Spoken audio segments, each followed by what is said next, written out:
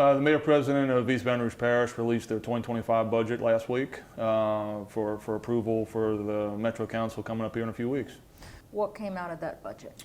So as expected, she talked a lot about the impact of the City of St. George is going to have on the 2025 budget and some other future things moving forward for the City of Baton Rouge and East Baton Rouge Parish. So what impact will the City of St. George have on the budget?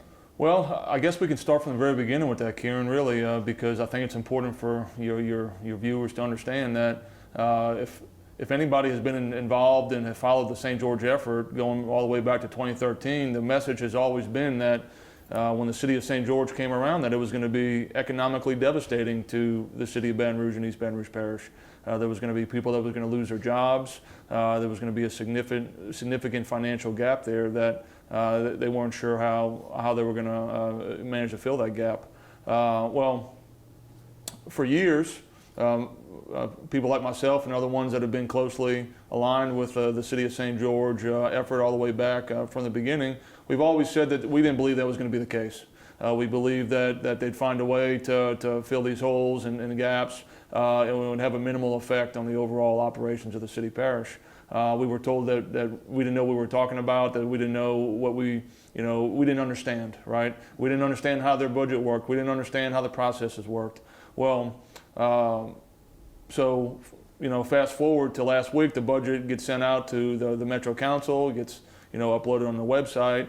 And lo and behold, in their 2025 budget, which does take into account the City of St. George and the financial loss of sales tax revenue because of the City of St. George, and the City of Baton Rouge and East Baton Rouge Parish is going to have to lay off 0 people. 0.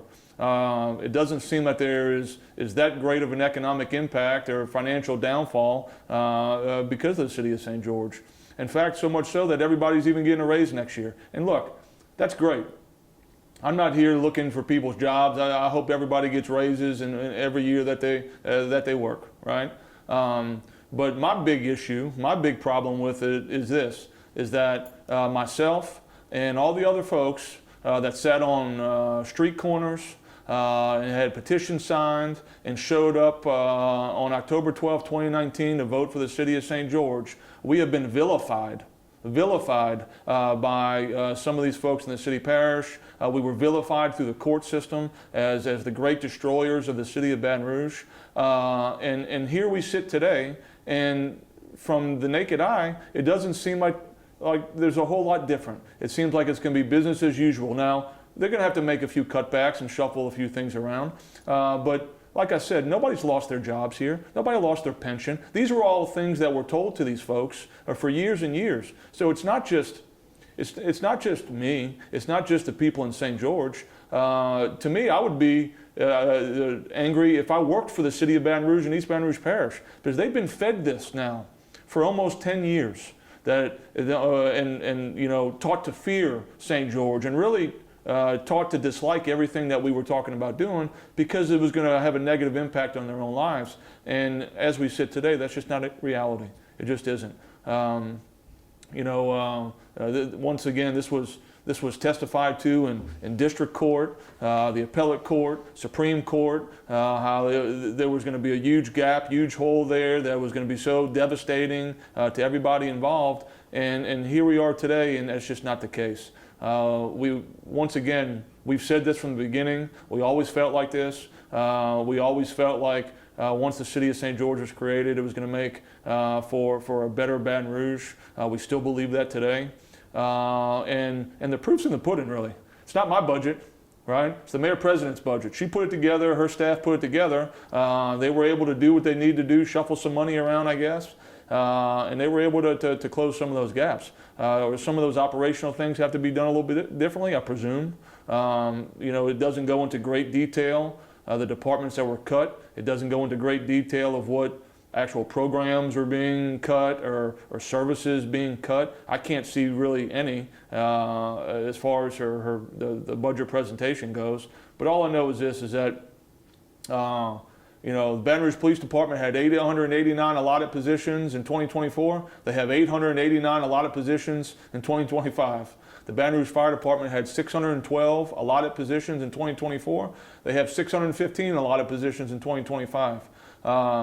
I think the reasoning that, or one of the things that she puts in her budget message is these funded vacant positions. So I guess it's customary in the city parish budget, you'd have to ask them, that they fund positions that are vacant. According to her message, her budget message is that 40 of those positions are either being frozen or deleted. The gap in salary and benefits is being taken care of through the elimination of these vacant funded positions that have been funded, in her words, at least 3 years, that are no longer going to be funded, through regular attrition, so people that are just normally going to leave work in the city parish, scheduled retirements, so it's not like anybody's having to force retirements or anything like that. These are people that are already scheduled to leave. So those are the ways that they're making up for this gap. It's not through some type of devastating sweep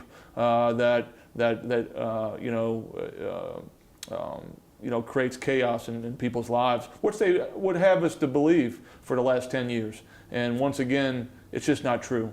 I can't stress it enough. It would be as frustrating for me if I was a resident of the city of Baton Rouge and as it is as a resident of St. George. I feel like we were lied to. I feel like we were duped. We always felt like we knew the truth. I think this is politics at its very worst. I think they used human fear and emotion to try to build a wall against us, essentially, to try to stir their constituency, to fight against us all these years. And here we are today on the doorstep of 2025. And who told the truth? St. George told the truth. We've always told the truth. We have no reason to lie. This is not St. George's budget. This is not. This is East Baton Rouge's budget. Correct. And the city of Baton Rouge. This doesn't impact you in any way, shape, or form, correct? It does not. So why are we discussing this today? Well, I think it's important to discuss it because of some of the same things that we just talked about. It's important to discuss the fact that you have a group of people that have been leading this parish that were intentionally deceptive. They were intentionally deceptive to voters, to people that lived here. They were deceptive to people that worked here. I cannot tell you, I can only speak personally to myself and the ones that I know around me, the amount of abuse that we have taken through the years from people that work in the city of Baton Rouge. I can't believe you're doing this. I can't believe this is what, I'm going to lose my job. We're going to have to lay off 40 people. And you know why they were telling us this? It's because that's what they were being told.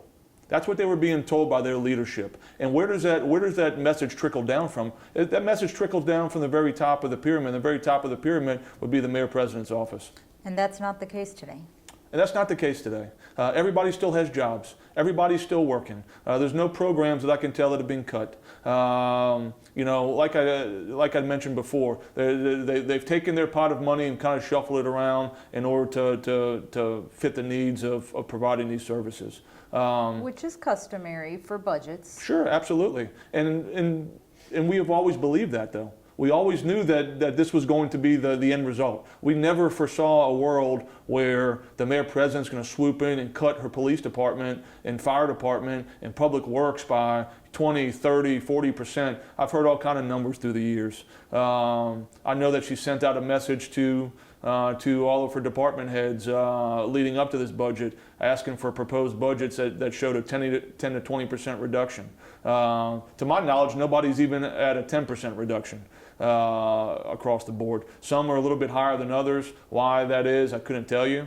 I do find it odd that some of the ones that, at least on paper, have the highest reduction are public safety agencies that never provided service to St. George anyway. So why would their budgets be impacted at all? That would be a good question to ask, I guess, the mayor president.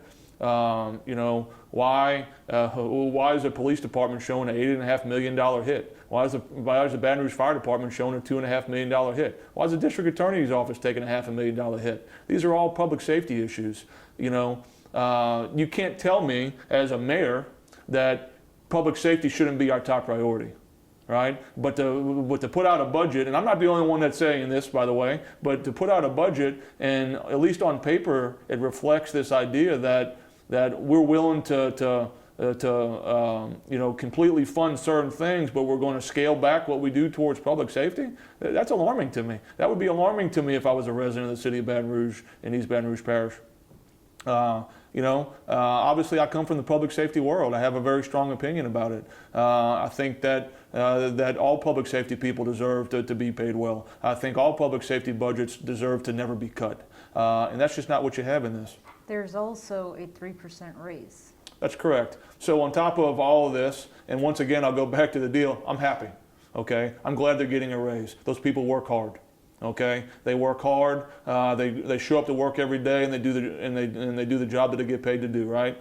But once again, it talks about this lack of a devastating effect, correct? So, not only is nobody being cut, no jobs have been lost, no pensions have been lost, no benefits have been lost, but everybody's going to get a 3% merit increase as well, which is great for them. But once again, just highlighting the fact that they were deceptive, and we always knew it. But now it's really our opportunity to kind of show the rest of the world, the rest of our parish. They have to understand what they're dealing with. You're dealing with a group of people that will take information that they believe serves their best interest, and they will twist it and use it in whatever way that they seem want to use it, and it's hurtful.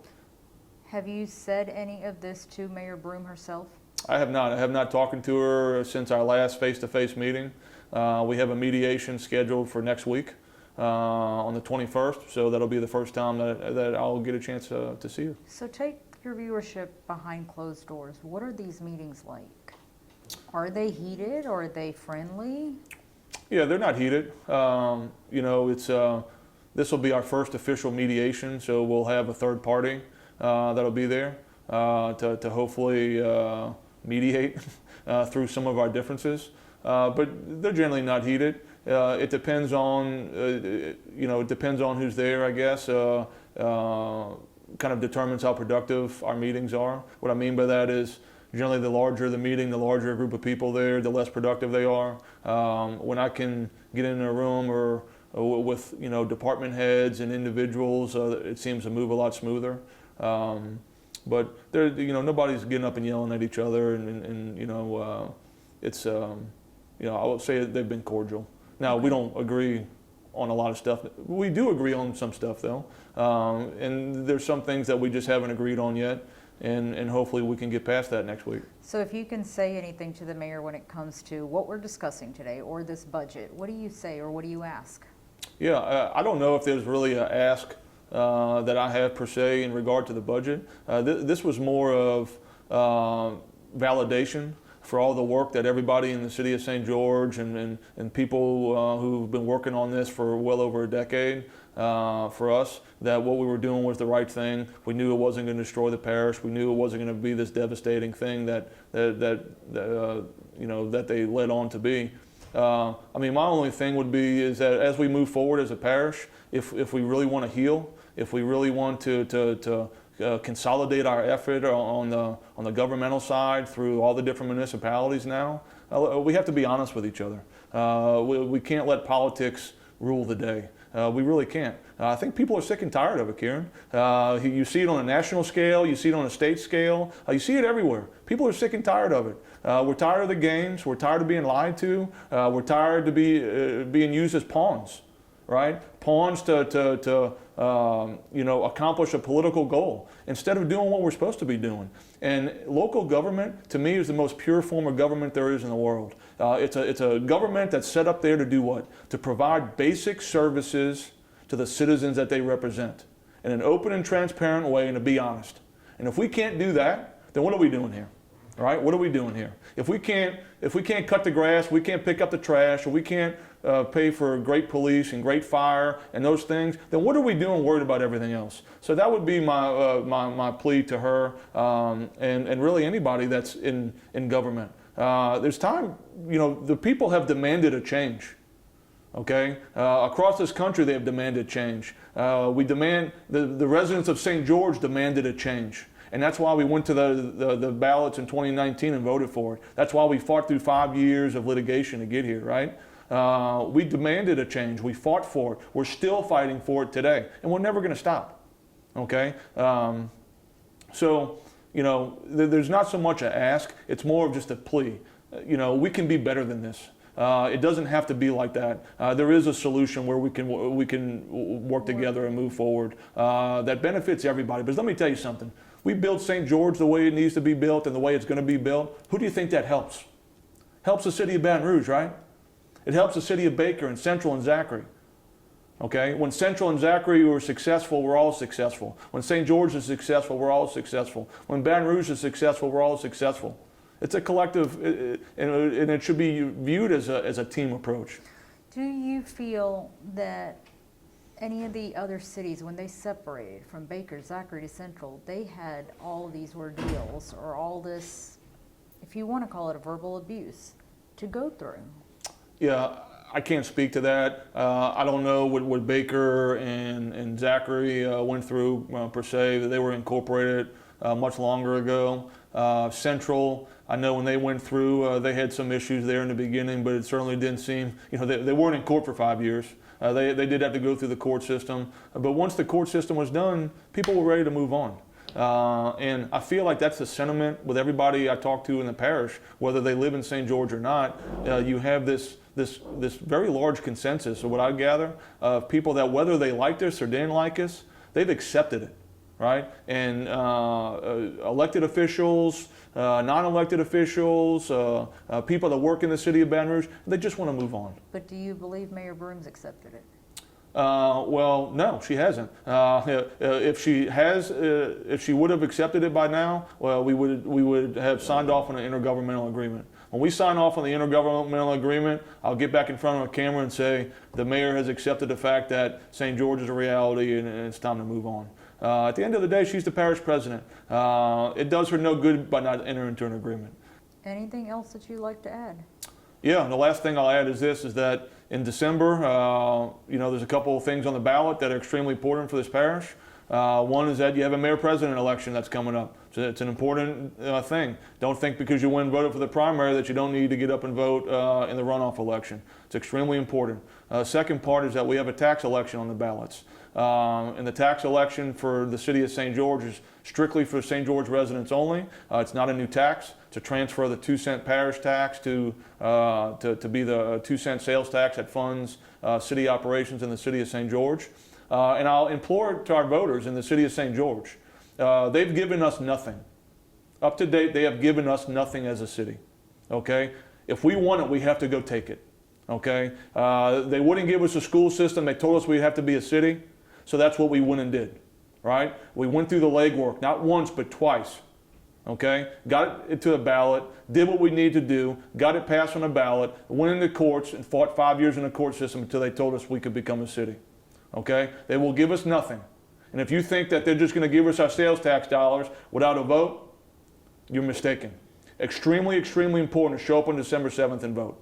That's our opportunity to keep all of our sales tax dollars here local to be spent and managed locally, which is something that we have fought for over a decade. So if the voters don't go out or the vote fails, does that mean that Baton Rouge keeps that 2%? No, that's incorrect. That means that the 2% goes away. So it's detrimental to everybody, really.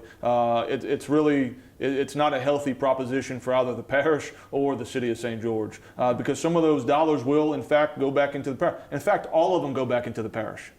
Okay, they're just being managed by a different group of people now. So all those dollars stay within East Baton Rouge Parish, and it's not, once again, it's not an increase. It's just a transfer of that 2 cents. At the end of the day, how much of the budget is actually being cut? So if you look at the total budget, which includes the general fund and everything else that's budgeted in the city parish, the total budget is roughly around $1.15 billion. From 2024 to 2025, the total decrease in total budget is going down $491,000, which on a percentage basis is 0.04%. So less than even a whole percent. Less than 0.5%.